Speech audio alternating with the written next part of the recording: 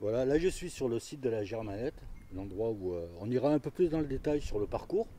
Mais déjà le site il est super joli. Là on a beaucoup de chance. Il fait très beau, il n'y a pas un seul nuage, il ne fait pas très froid non plus. Donc au mois de février là, on va tous se réunir pour la demi-finale du championnat de France. Hein. Tout est prévu. L'office du tourisme, les locaux, le secrétariat Logica, vraiment ça va être un beau week-end de sport et profitez-en, hein, venez faire du cross, mais venez passer le week-end ici sur ce beau territoire.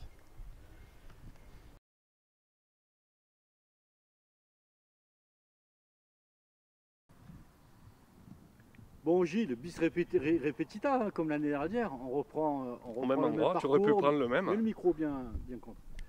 Bon, qu'est-ce que tu vas nous dire cette année par rapport à l'année dernière? Eh bien, on est une nouvelle fois sur la brèche pour organiser donc cette interrégionale de cross dans ce domaine de Germanette qu'on souhaite voir fonctionner cette année 2022. Les conditions seront les mêmes, donc les parcours sont tracés. Il ne reste plus qu'à régler les petits détails pour accueillir les délégations dans les meilleures conditions. Voilà, donc après, il y aura les aléas du climat, bien sûr, des conditions de la journée fin février, et puis les conditions sanitaires qui peuvent encore évoluer. Donc tout ça, on espère que on sera dans une phase positive. En tout cas, on a prévu un ensemble de points techniques pour essayer de répondre à toutes les demandes qui arriveraient au dernier moment. Alors pour avoir assisté à la réunion, franchement, il y a un engouement de la collectivité, des collectivités qui est super agréable, avec l'Office du tourisme qui est présent, les mairies qui mettent tous la main à la pâte, qui nous mettent à disposition un site merveilleux. Et venez passer le week-end, j'ai envie de leur dire, hein, à nos athlètes. Hein. Donc on est dans des super conditions là pour accueillir nos athlètes. Un petit mot sur nos collectivités? Oui, c'est pour ça qu'on avait fait ce choix-là, c'est parce qu'il nous semblait que les collectivités, donc la communauté de communes, les mairies, on va dire notamment la mairie de Serres et puis l'office du tourisme de Serres, étaient bien conscients que c'était un bon coup de projecteur sur ce site, hein, qui accueille beaucoup de monde l'été, mais qui peut être aussi, et on le verra certainement à cette occasion-là, un parcours de cross vraiment technique qui ravira tous les amateurs, je pense. Alors là, je vois, alors je rappelle que tu es président du comité 05 d'athlétisme, mais sur la réunion, le GH2A est partie prenante, donc le club de Gap, mais aussi le club de Vennes. Enfin, c'est un projet départemental quoi, en fait. Hein. Ils y sont tous là-dessus. Hein. Voilà, je pense que tout le monde a à cœur que cette manifestation soit dans les Hautes-Alpes, puisque, on le répète, ça fait 44 ans que ça n'a pas eu lieu. Donc, effectivement, voilà, on était patient. Mais c'était pas un manque de volonté, c'était plus un manque de lieux et d'endroits possibles. Hein. Après, c'est effectivement le cross, il faut trouver l'environnement un peu adéquat. Merci Gilles. À très Merci, vite. à bientôt.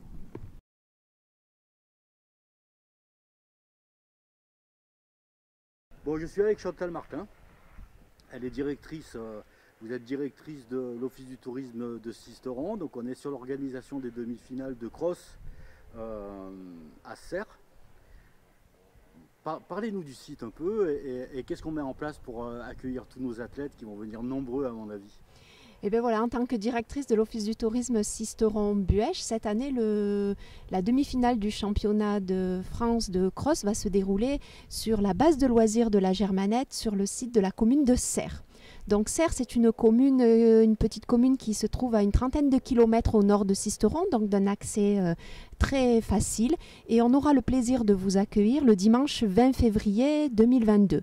On a à votre disposition nos services qui sont là pour vous aider à vous loger, à vous accueillir dans de très bonnes conditions. Donc n'hésitez pas à solliciter l'Office du tourisme Sisteron-Buëch pour tous ceux qui recherchent des hébergements. On mettra les adresses et le numéro de téléphone. D'accord, il n'y a pas de souci. Et vous verrez une présentation du site. Donc on est vraiment dans un site de moyenne montagne où il fait souvent très très beau. Un cadre magnifique pour venir vous défouler et surtout venir concourir pour être sélectionné pour le championnat de France. Merci beaucoup Chantal. Merci à vous et au plaisir de vous accueillir chez nous. Merci.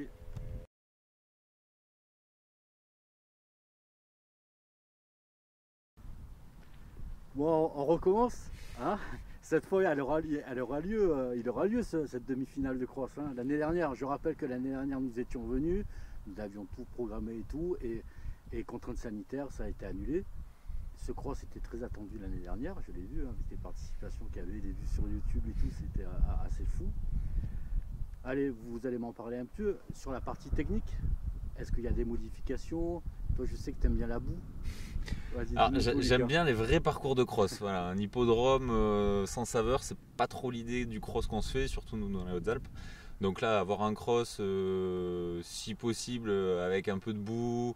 Le terrain, vous verrez, il est assez joueur avec des parties roulantes, pas mal de relances, des buts. Il y aura vraiment de quoi faire. Lucas, c'est le gars qui espère la pluie. Hein, donc, Non, j'espère la pluie la semaine et surtout le grand beau comme aujourd'hui pour le jour du cross. Des modifications, Laurence? Qu'est-ce qu'un petit mot par rapport à ces enjeux, ce cross, ce redémarrage 2022? Dis-nous un peu. Alors ce cross, ça sera le préambule avant la phase nationale qui aura lieu au Mureaux cette année. Donc les petites modifications, c'est peut-être par rapport à Fréjus, puisque Fréjus avait vu une petite baisse des distances pour des championnats de France qui ont eu lieu le 14 novembre.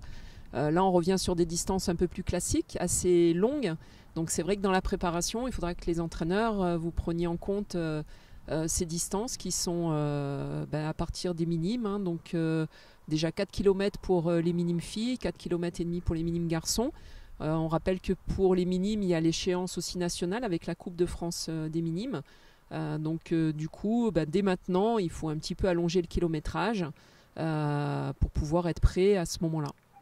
Donc là, on est sur une demi-finale de cross le 22 février. 20 février. Le 20 février. 15 jours avant, ce sera Carpentras. 30 janvier, voilà, Carpentras. Oui, tout à fait. Donc ils sont aussi à pied d'œuvre pour que ça soit une réussite. Donc les deux organisations qui proposent des parcours très sympas, Carpentras vue sur le Ventoux et ici vue sur les montagnes avec en même temps un plan d'eau qui pourrait être gelé en février. Oui, avec les montagnes enneigées, on vous promet les montagnes enneigées en février, hein, c'est ça Lucas? Ah, on espère, juste pour la belle image et une belle image du département. Bon, ça va. Merci beaucoup à tous les deux, à très vite. Merci. À bientôt. Merci.